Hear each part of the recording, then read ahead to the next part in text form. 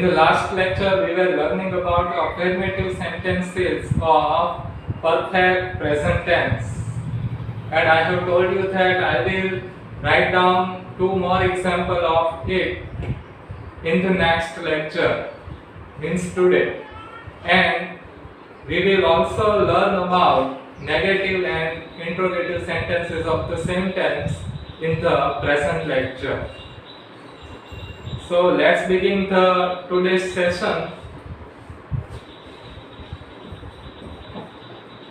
Third example.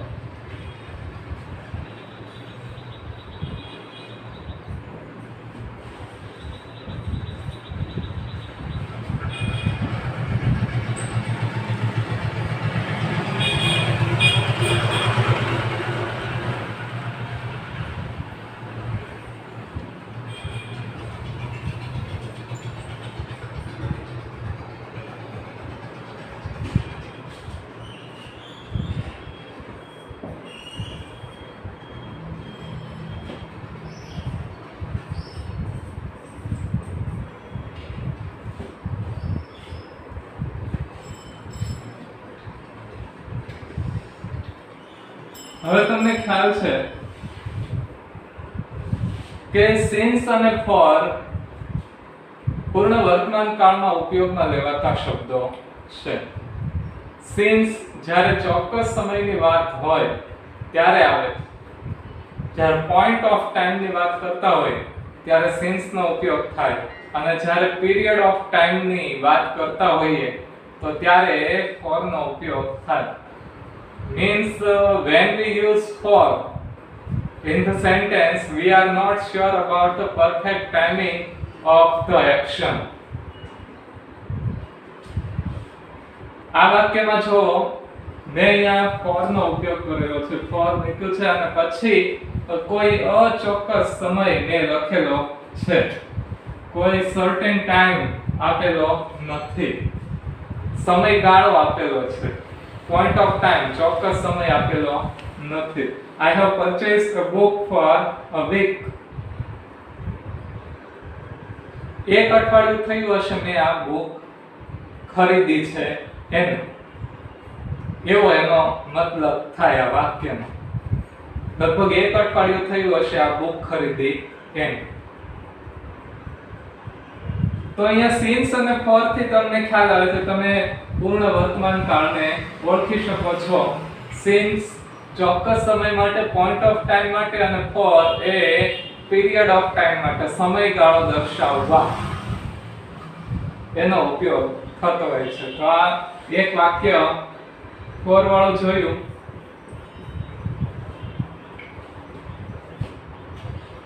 બીજું એવું લઉં છું.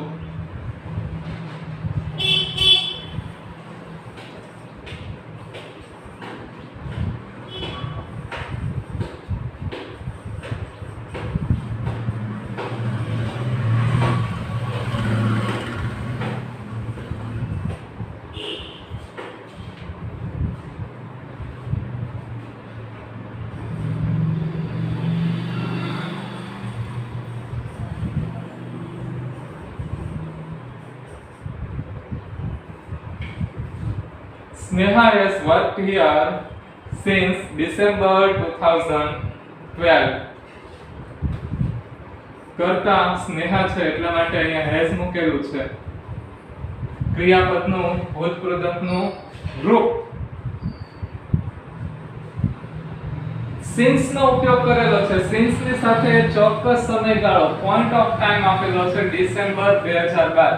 કોઈ તારીખ પણ નાખી શકો, તારીખ નો નાખવું એ ખાલી મહિનો લખો અને સાલ મૂકી દો તો પણ ચાલે, તો પણ એ પોઈન્ટ ઓફ ટાઈમ કહેવાય. Last since Sunday, last Sunday એમ કીધું હોય તો તે વાક્ય બરોબર રહે. એટલે મૂળ પોઈન્ટ ઓફ ટાઈમ તમે નિશ્ચિત હોવા જોઈએ કોઈ પણ શબ્દ, કોઈ પણ સમય બાબતે, તો ત્યારે જ તમે સિન્સ નો ઉપયોગ કરી શકો. તો અહીંયા મેં પોઈન્ટ ઓફ ટાઈમ આપેલું છે. સ્નેહાએ અહીંયા ડિસેમ્બર 2012 થી કામ કરેલું છે. એટલે 2012 થી એ કામ કરતી હતી પણ અત્યારે કરતી નથી, ક્રિયા પૂરી થઈ ગઈ છે, અત્યારે એને નોકરી છોડી દીધેલી છે, નહીતર પછી એ ચાલુ પૂર્ણ વર્તમાન કાળમાં આવી છે, તો એ પૂર્ણ વર્તમાન કાળ ન ગણાય. નોકરી છૂટી ગયેલી છે, ક્યારથી કામ કરવાનું શરૂ કર્યું હતું તો કે ડિસેમ્બર 2012 થી લઈને હમણાં સુધી. તો આ બે વિધાન વાક્ય તમને સમજાવવાના હતા, સિન્સ અને ફોર વાળા. ત્યાર પછી હવે આપણે નેગેટિવ સેન્ટેન્સ તરફ આગળ વધીએ.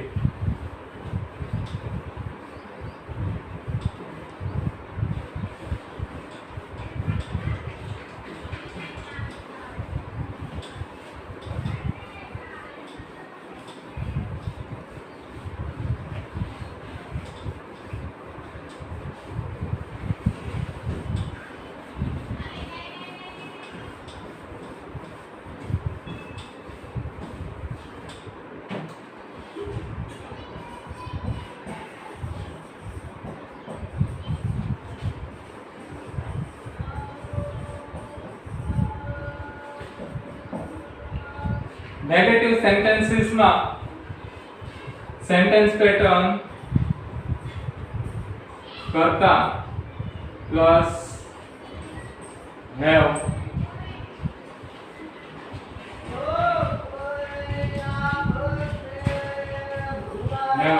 has plus not plus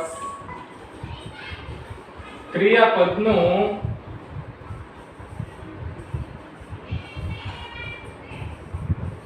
ભૂતકૃદંતનું રૂપ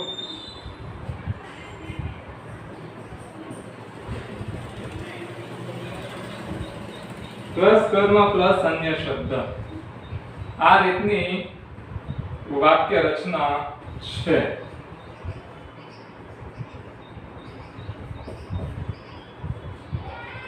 નોટ ક્યાં આવશે તો સહાયકારક ક્રિયાપદ have has અથવા તો ભૂતકૃદંતની વચ્ચે, have has ભૂતકૃદંતની વચ્ચે નોટ મૂકવાનો રહે.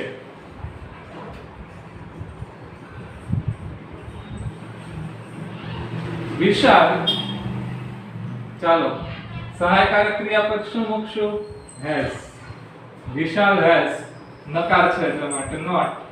હવે ભૂતકૃદંતનું રૂપ કોઈ પણ ભૂતકૃદંતનું રૂપ કોઈ પણ ક્રિયાપદ આપણે લઈ શકીએ. વિશાલ has packed, પેક કરો. વિશાલ has packed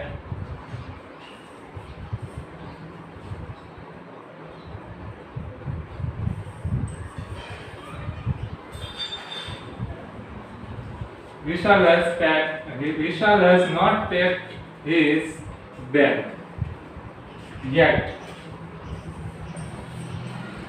આ yet પણ પૂર્ણ વર્તમાન કાળની ઓળખ આપે છે, પણ ક્યારે તો કે નકાર અને પ્રશ્નાર્થ વાક્યમાં જ. ફક્ત નકાર અને પ્રશ્નાર્થ વાક્યમાં જ yet મૂકી શકાય, વિધાન વાક્યમાં મુકાતા નથી.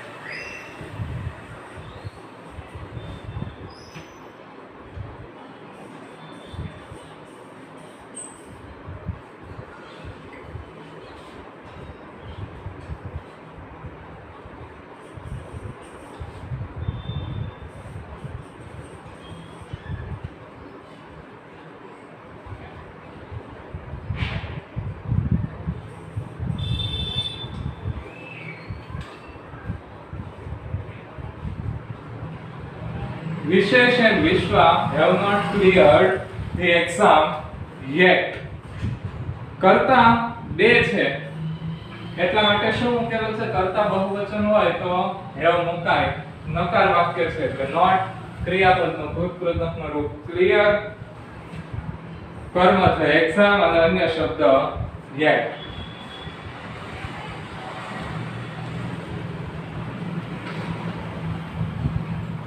હવે ઘણા યેટ છેલ્લે મૂકે અને ઘણા અહીંયા પણ મૂકે.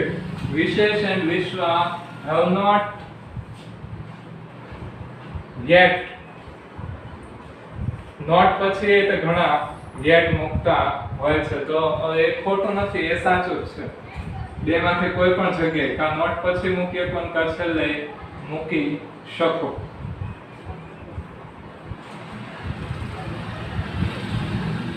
યેટ ના બે સ્થાન છે, કાં તો નોટ પછી અને કાં તો સાવ છેલ્લે.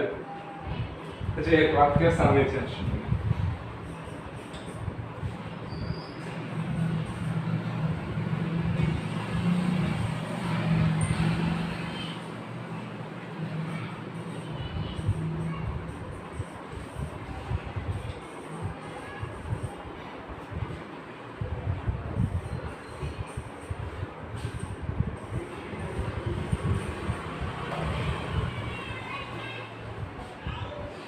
We have not invited them for a year. કરતા છે we ની સાથે have મુકાય, નકાર વાક્ય છે એટલે not, invite નું invited, ભૂતકૃતનું રૂપ, કર્મ them for a year. અન્ય શબ્દ શેનો ઉપયોગ કરેલો છે? for નો કરેલો છે. શું આવશે? સમયગાળો, અચોક્કસ સમય, period of time એટલે a year.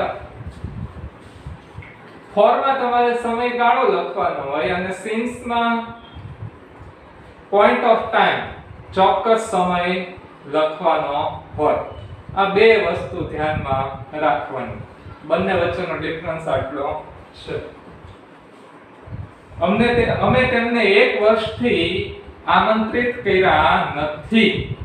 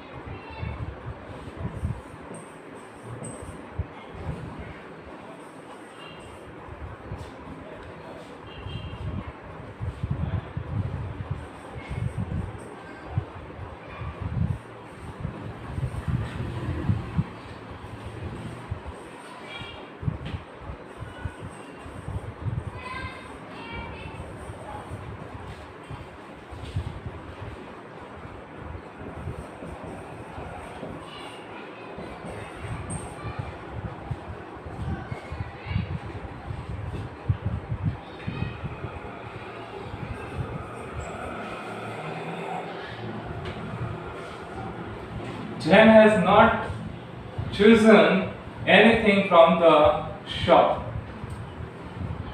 Jen નામ છે છોકરીનું. જેને દુકાનમાંથી કંઈ પસંદ કર્યું નથી. અમે જોવો મેં કાંઈ પણ નથી yet મૂક્યું, નથી since મૂક્યું, નથી for મૂક્યું કે કોઈ પણ શબ્દ મૂક્યો નથી. એટલે એવું નથી કે અન્ય શબ્દ મૂકવા જ પડે. ન મૂકો તોય તે વાક્ય તો બને જ. કરતા છે જેમ એટલા માટે has not, નકાર છે એટલા માટે chosen, choose, ક્રિયાપદનું ભૂતકૃતકનું રૂપ છે પસંદ કરવું. anything એ કર્મ છે from the shop. ક્યાંથી? તો કે દુકાનમાંથી. તો એ અન્ય શબ્દ તમે લઈ શકો, એડવર્બ નું કામ કરે છે. તો આપણે નકાર વાક્યના ઉદાહરણ આટલા જોઈએ.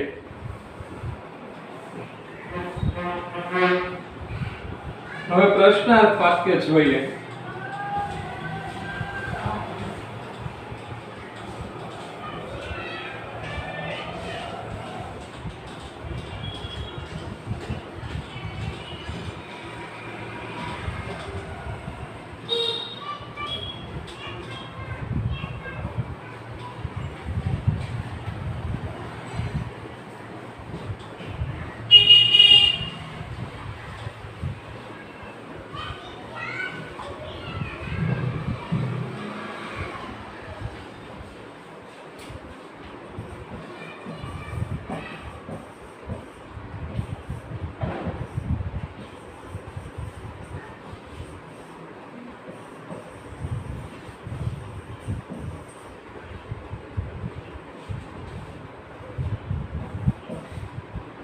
ઇન્ટ્રોગેટિવ સેન્ટેન્સીસ માં વાક્ય રચના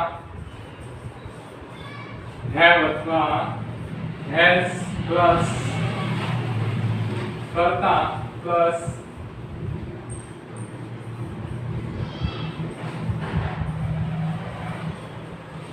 ક્રિયાપદનું ભૂતકૃદંતનું રૂપ કર્મ અને અન્ય શબ્દ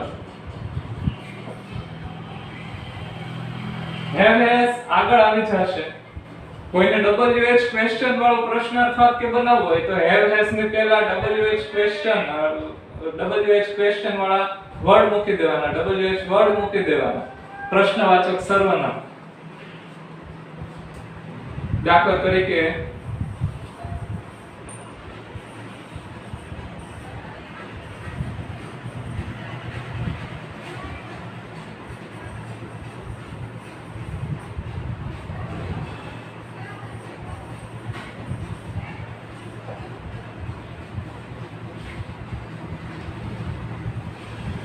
What have you taught today? તમે આજે શું ભણાવ્યું? તો આપણે શું કર્યું છે તો કે ખાલી આગળ એક WH વર્ડ what મૂકેલો છે. બાકીની વાક્ય રચના અહીંયા છે એ જ રીતના. શરૂઆત છે નથી have થી, ત્યારબાદ કરતા,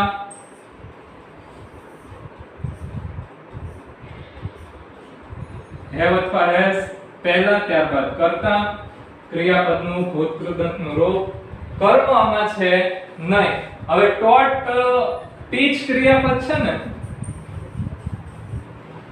એનું આપણે અહીંયા ભૂતકૃદંત લીધેલું છે. ક્રિયાપદ ટીચ એ સકર્મક અને અકર્મક બંને છે. ટ્રાન્સિટિવ છે ને ઇન્ટ્રાન્સિટિવ છે. બંનેનું કાર્ય કરે. જો અહીંયા કોઈ પણ તમે સબ્જેક્ટ નું નામ લખી નાખો તો પછી એ ટ્રાન્સિટિવ બની જાય, સકર્મક બની જાય. અને કોઈ પણ નામ ન લખ્યું હોય, કોઈ પણ સબ્જેક્ટ નું નામ ન લખ્યું હોય તો ઇન્ટ્રાન્સિટિવ. સકર્મક અકર્મક બંનેનું કામ કરે છે.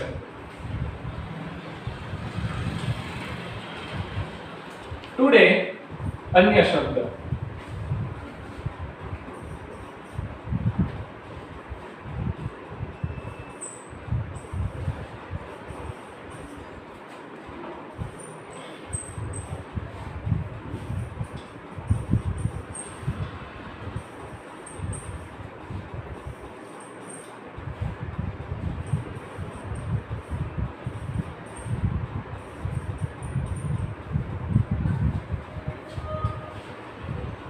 Has the boss fired anyone this week? ચાલો શરૂઆત શેનાથી કરી? સહાયકારક ક્રિયાપદ have has થી. The boss કરતા છે fired એટલે કે નોકરીમાંથી કાઢી નાખવું. anyone કર્મ છે indefinite pronoun. anyone છે શું છે? indefinite pronoun, અચોક્કસ સર્વનામ. this week અન્ય શબ્દ.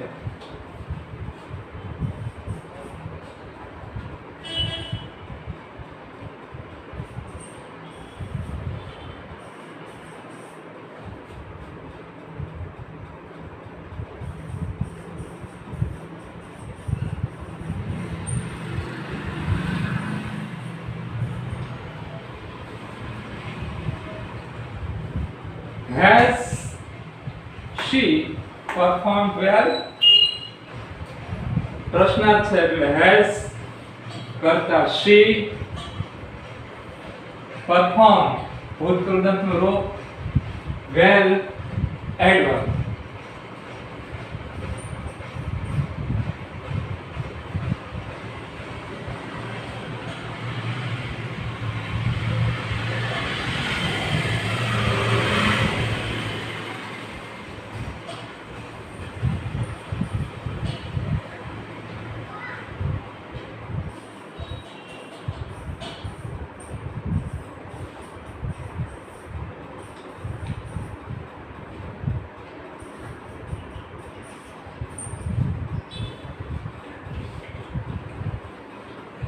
Why have you rejected the file?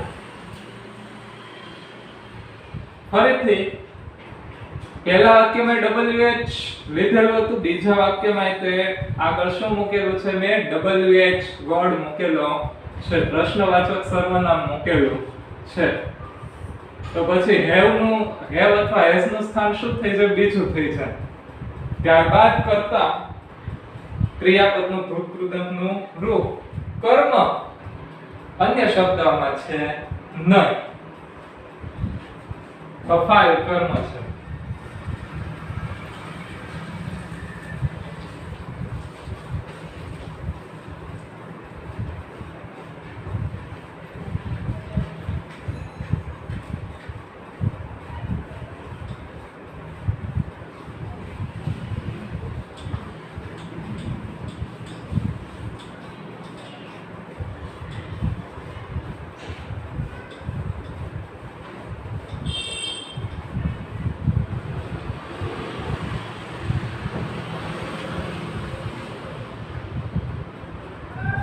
એક ઉદાહરણ છેલ્લું જોઈ લઈએ.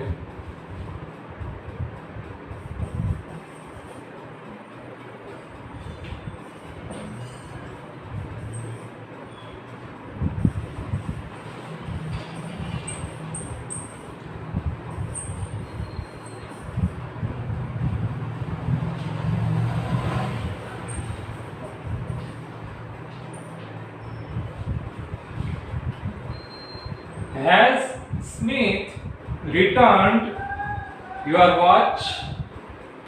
છેલ્લે યet લખવું હોય તો લખી શકો તમે. અહીંયા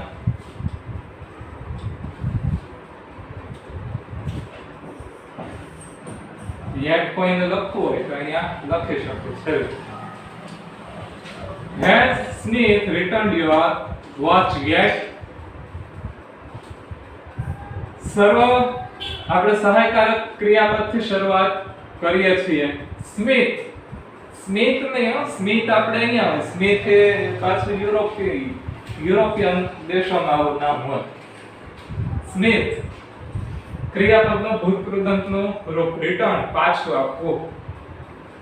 યોર વોચ કર્મ છે. યેટ અન્ય શબ્દ.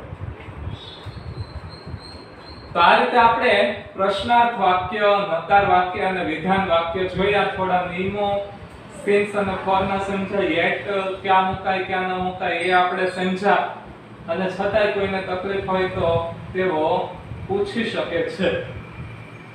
તો આજે આપણે આટલું રાખીએ અને હોમવર્કમાં 5-5 વાક્ય પ્રશ્નાર્થ અને નકાર બનાવવાની કોશિશ કરવાની. 5-5 વાક્ય લખવાનું. તો અહીંયા આપણે આજનું સેશન પૂરું કરીએ છીએ.